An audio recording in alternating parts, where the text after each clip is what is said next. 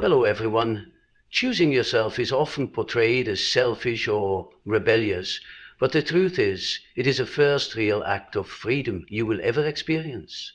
For much of our lives, we are conditioned to believe that our value is tied to how well we meet the expectations of others, family, friends, society, even strangers.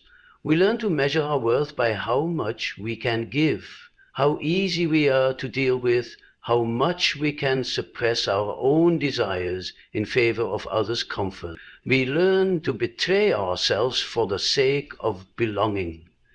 And for a while it might seem to work.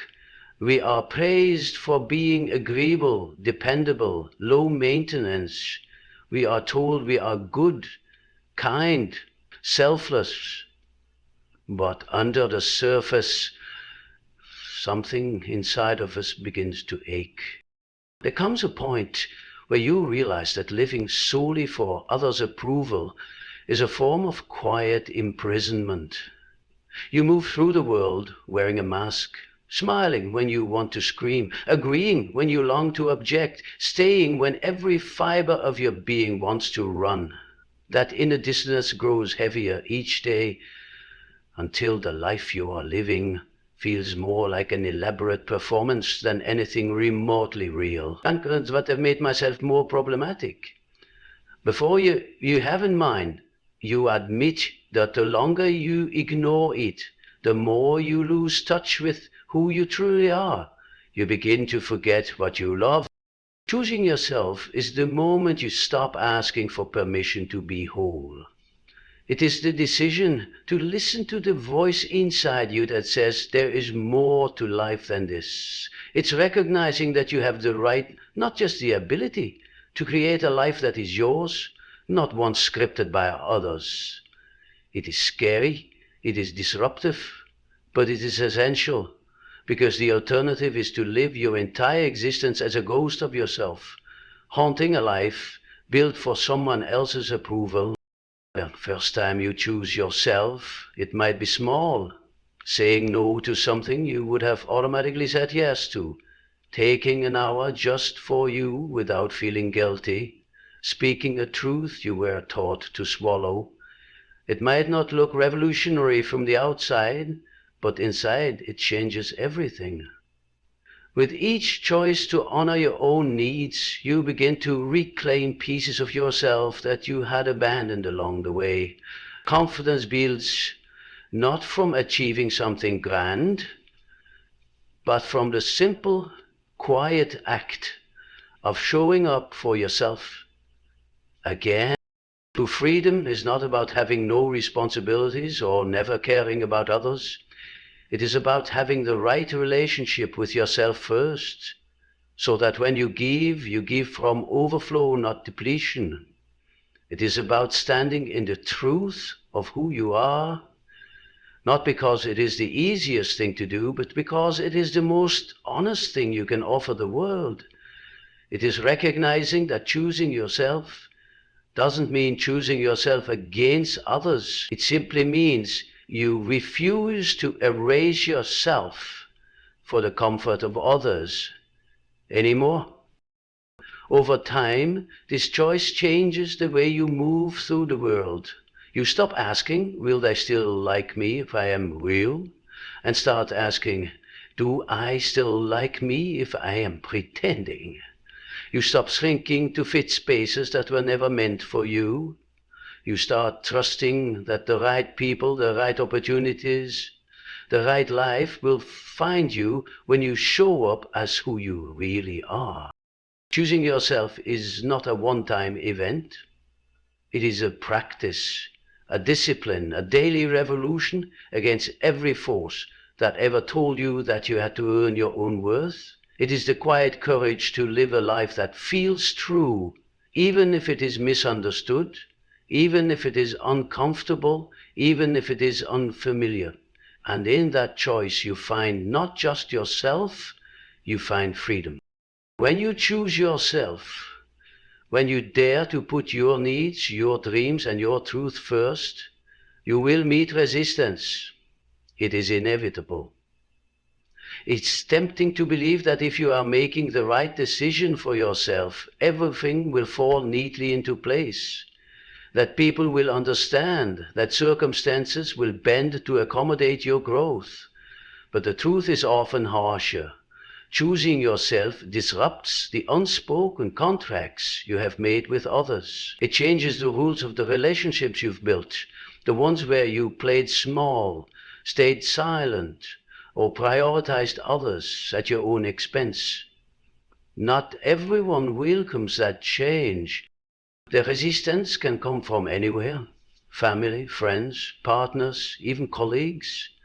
You might hear comments like, "You've changed," spoken not as a compliment but as an accusation. You might feel the sting of being labeled difficult, selfish, or ungrateful. The people who once praised your kindness and selflessness may suddenly criticize you when you begin to set boundaries they are not used to respecting. It can be deeply painful. Part of you may want to retreat, to apologize, to go back to making yourself smaller, just to restore the fragile peace. But it's important to understand, resistance is not a sign that you are doing something wrong. It is a sign that you are doing something significant. Growth challenges the structures that were built around who you used to be. And sometimes the people who benefited from your silence, your sacrifices, or your compliance will not celebrate the fact that you are finding your voice. They will resist, not because your growth is wrong, but because it demands that they adjust, evolve, or confront themselves in ways they may not be ready to. When you choose yourself, you force a shift. You send a message, consciously or not, that you are no longer available for relationships or situations that require you to abandon yourself. And that message can be unsettling for those who have grown comfortable with the version of you that asked for little and gave much. It forces them to decide, adapt or fall away. This resistance is part of the natural shedding process that comes with true transformation. Not everyone is meant to walk with you into your next chapter. Some relationships are built on a foundation that cannot sustain the weight of your authenticity. And while losing people or facing criticism can be incredibly painful, it is also necessary. Every no you receive, every uncomfortable conversation, every moment of being misunderstood clears the path for deeper, more honest connections. Connections where you are loved for who you are, not who you pretend to be. Facing resistance also strengthens your relationship with yourself.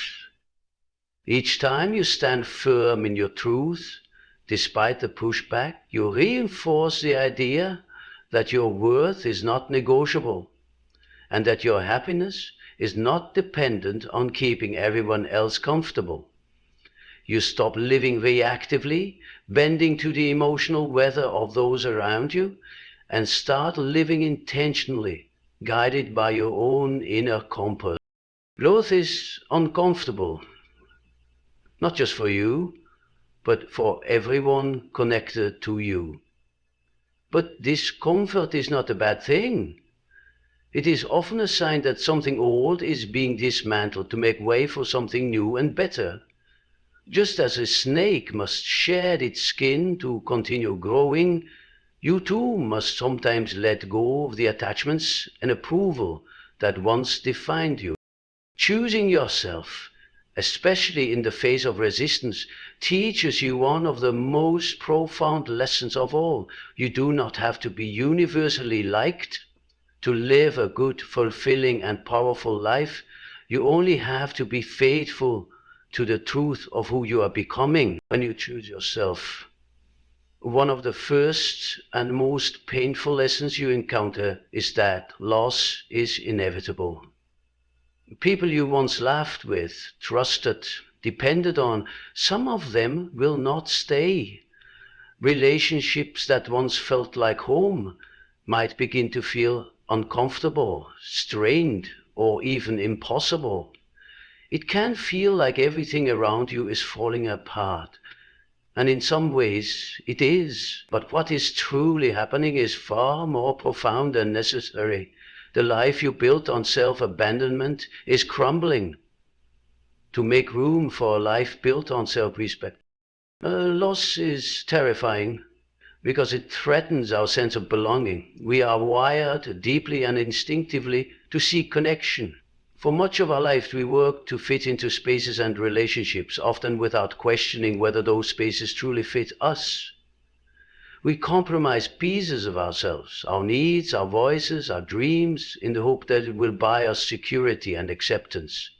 But real belonging cannot be purchased at the price of self-betrayal. When you finally choose yourself, the people and situations that were attached to your old self may begin to fall away. Some will leave because your growth highlights their stagnation. Some will distance themselves because the version of you they loved was the one who never said no, never challenged them, never asked for more. Some relationships will die a slow, silent death, not from anger or drama, but from the simple, undeniable reality that you are no longer the same, and they cannot or will not meet you where you are now.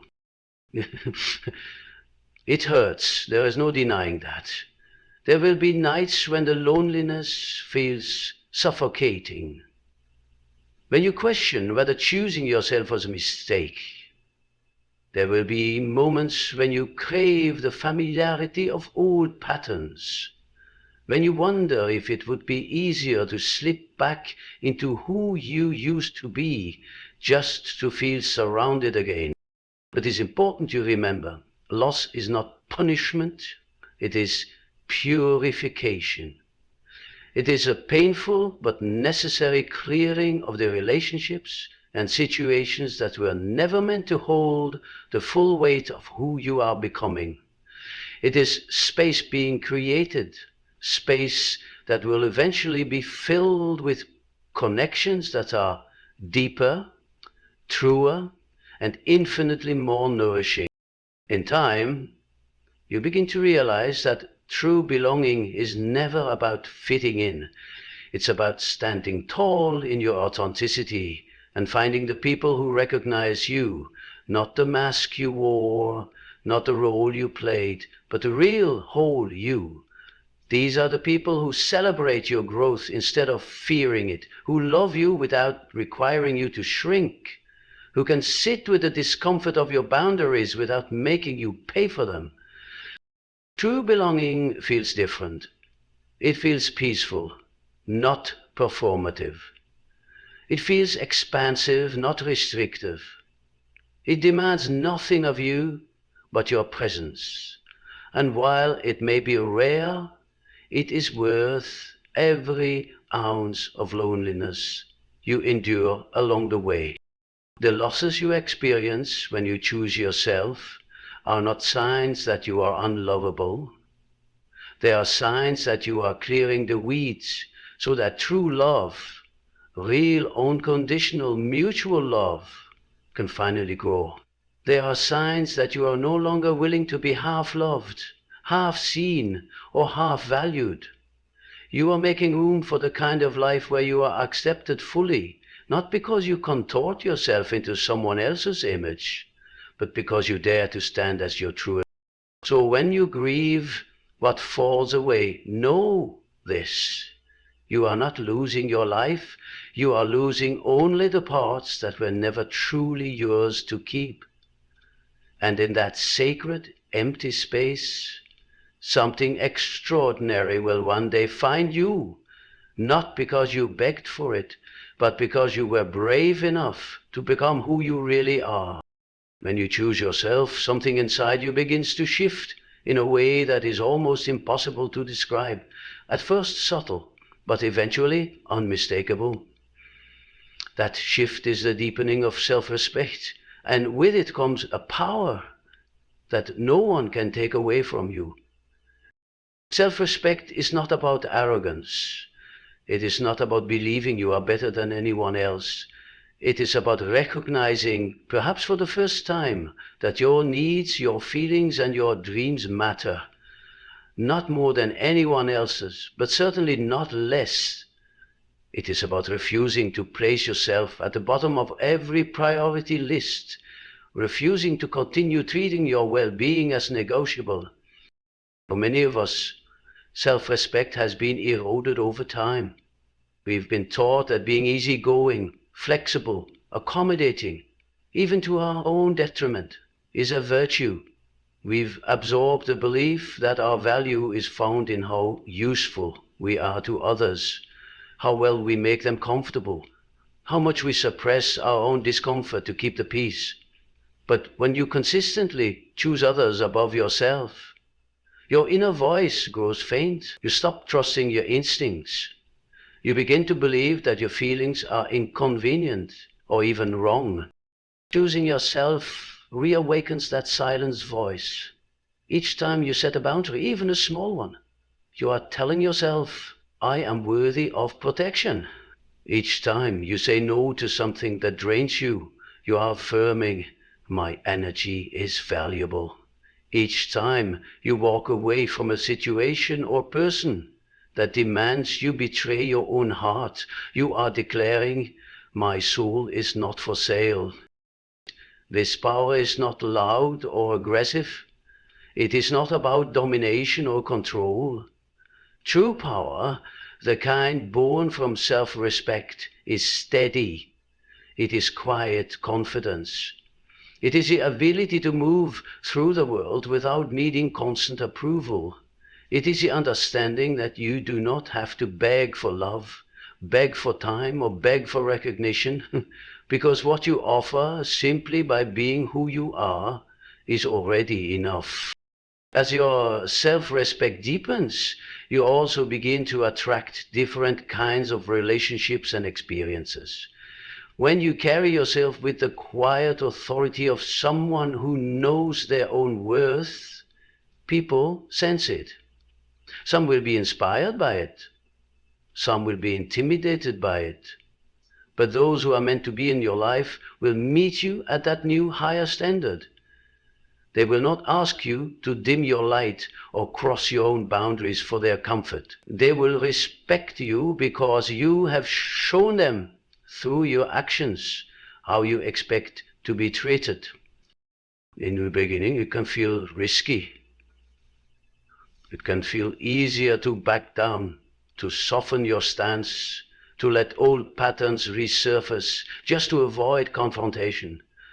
But every time you hold firm in your self-respect, you reinforce a vital truth. You teach people how to treat you by how you treat yourself. Choosing yourself teaches you that self-respect is not a destination you reach one day, it is a daily practice. It is choosing not to tolerate disrespect, not to explain away mistreatment, not to make excuses for people who consistently hurt you. It is choosing to believe that protecting your peace, your joy, and your purpose is not selfish. It is essential. And with that deep self-respect comes a power that changes everything. A power that says, I am not afraid to walk away from what does not honor me. A power that says, I trust myself more than I trust the shifting opinions of others. A power that says, I belong to myself first, and that is more than enough. For so much of life, especially when you're living to meet everyone else's expectations, exhaustion feels normal. It becomes a familiar companion. That heavy tiredness, not just in your body, but deep in your spirit. It's the exhaustion of saying yes when you mean no, of smiling when you feel broken, of showing up for everyone else while abandoning yourself. It's not just physical fatigue, it's emotional depletion. Over time, it drains the color out of your life, until even small joys feel muted.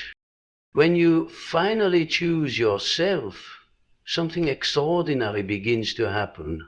The chronic exhaustion starts to lift. It doesn't happen overnight. At first, you may still feel tired, still feel stretched thin, but slowly, steadily, the relentless pressure starts to ease. You begin to see how much of your exhaustion was never about how much you were doing. Living out of alignment with your own truth is the heaviest burden of all. Choosing yourself means making decisions that are kind to your soul, not just to others' expectations. It means giving yourself permission to rest without guilt, to say no without explanation, to prioritize your mental and emotional health without apology. And as you do this, something you may not have felt in a long time begins to grow. Inner peace. Inner peace is not the absence of challenges. Life still throws its curveballs, hardships still arise, but inner peace is the absence of self-betrayal. It's the deep, steady sense that you are living in alignment with what is true for you. It's the knowing that you are no longer at war with yourself, no longer tearing yourself in two, trying to please everyone but yourself. This peace is unlike anything that external validation can offer. Compliments, approval, praise. They are fleeting highs, quickly followed by the pressure to maintain them. But inner peace is rooted. It doesn't demand that you be perfect, pleasing, or always available. It asks only that you be real, that you be faithful to your own well-being. As inner peace grows, you start to notice other changes. You start feeling so reactive to the moods and demands of others. You stop second-guessing yourself at every turn. Decisions become easier because you are no longer trying to calculate what will earn the most approval. You are guided by what feels most right to your spirit. You realize that true kindness, true service to others comes not from emptying yourself, but from offering the overflow of a well-nourished heart. The chronic exhaustion that once felt permanent is replaced by a different kind of tiredness, the good tiredness that comes from living fully, loving honestly, and respecting your limits.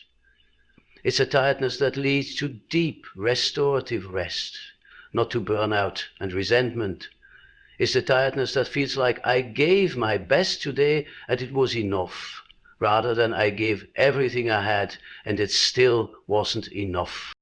When you choose yourself, your life starts to feel lighter. Not because you have fewer responsibilities, but because you are carrying them from a place of alignment rather than obligation. You begin to realize that rest is not a reward for exhausting yourself. It is your birthright. Joy is not something you must earn through endless sacrifice. It is something you are entitled to simply because you are alive. Inner peace replaces chronic exhaustion because you stop leaking your energy into trying to control how others see you. You stop bleeding yourself dry to keep people comfortable. Instead, you stand in your own center, clear, calm, and whole. And from that place, life feels different, more manageable, more meaningful, and infinitely more yours. When you choose yourself, you unlock something that many people spend their entire lives searching for, the chance to live authentically. And as you live more authentically, life itself begins to change.